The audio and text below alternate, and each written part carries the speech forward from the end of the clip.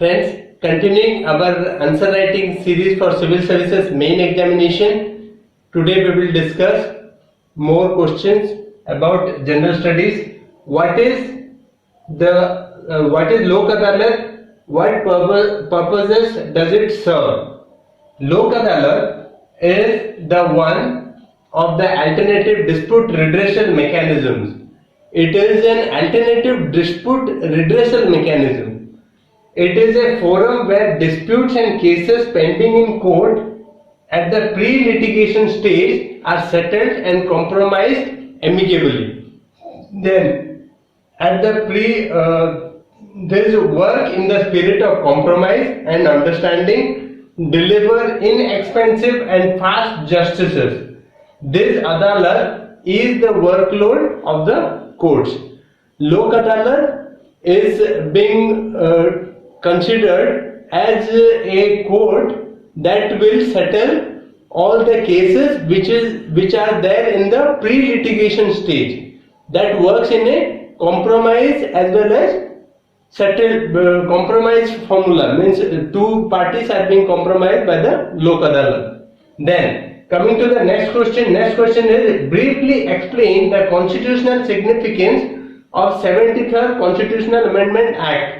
Try to understand the demand of the question. Demand is saying what is the constitutional significance.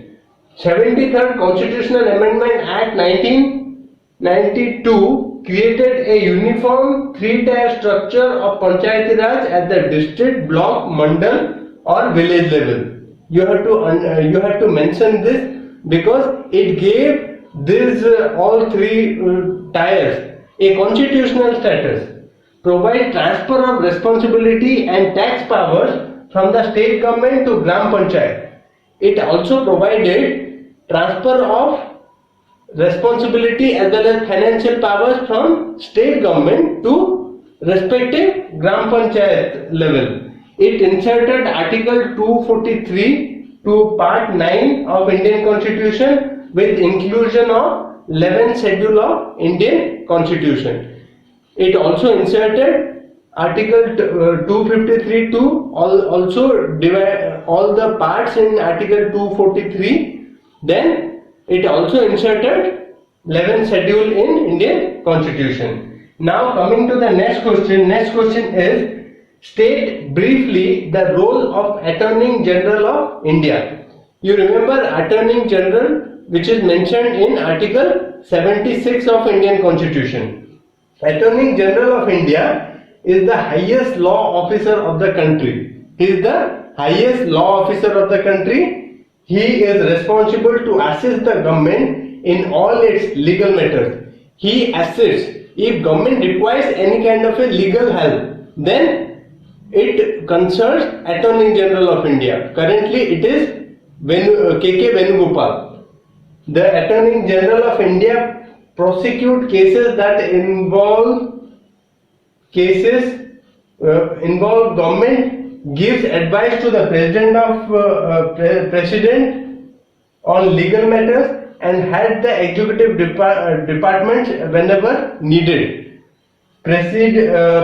Represent Union Government in Supreme Court. Attorney General represents Government of India in Supreme Court.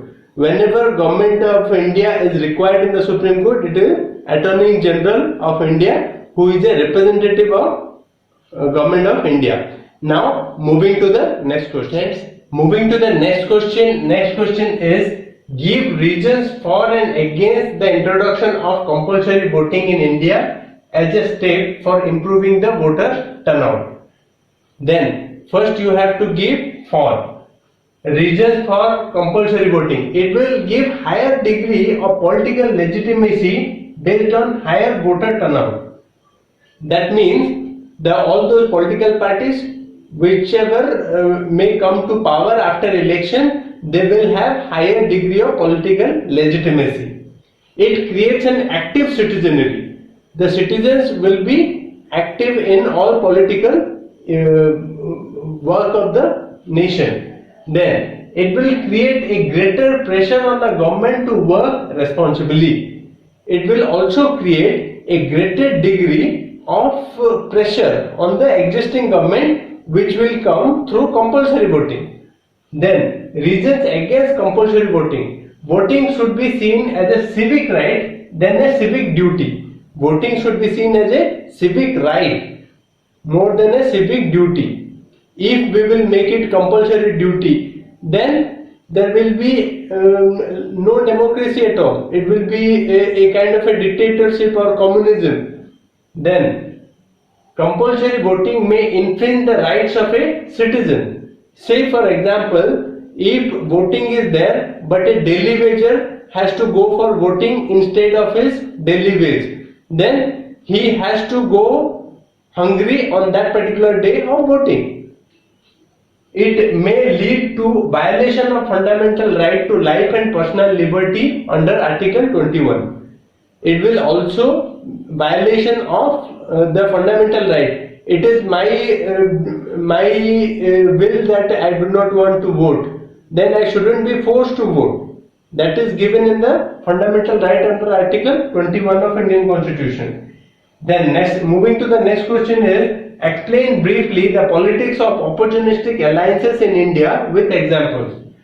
First you have to understand what is opportunistic alliance. Opportunistic alliance is the alliance where a party goes beyond his ideology to accommodate another political party which is in extreme of its own in order to gain power only.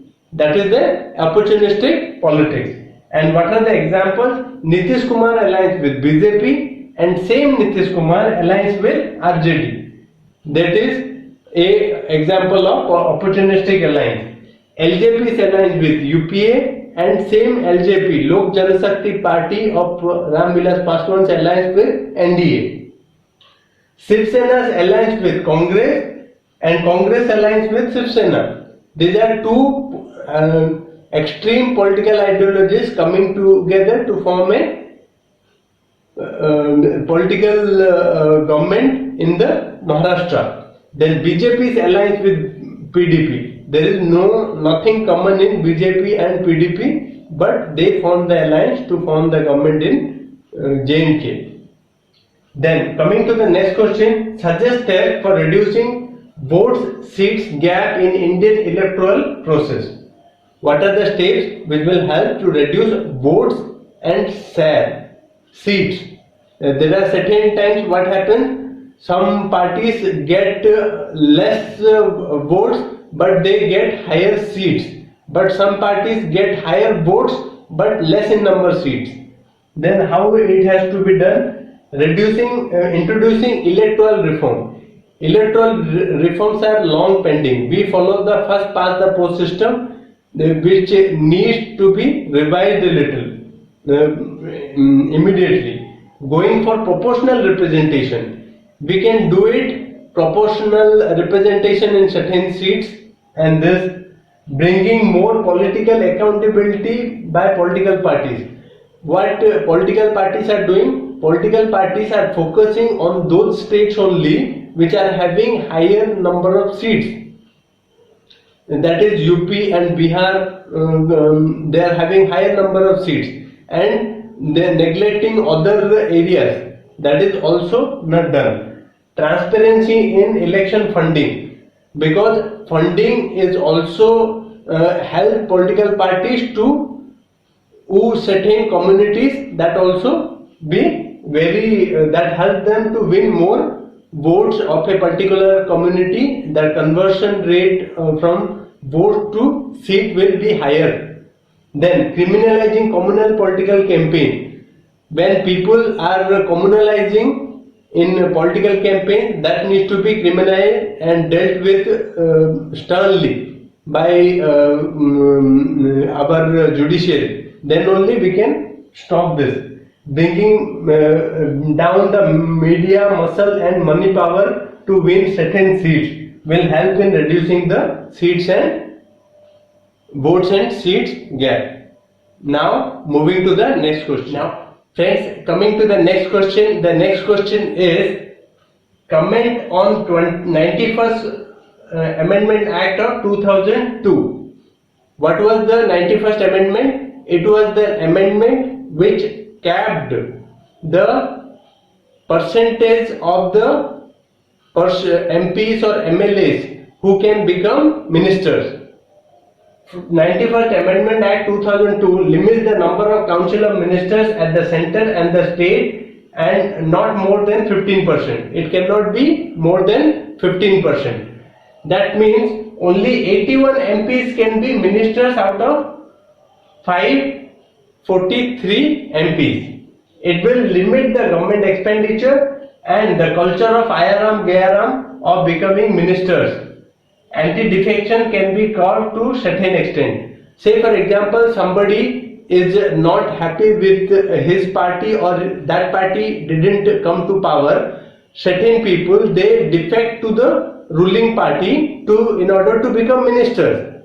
So in this particular scenario, after passage of 91st Amendment Act, there is a cap on number of ministers. So each and every MP cannot become a minister, and that is how the intention of anti-defection can be maintained.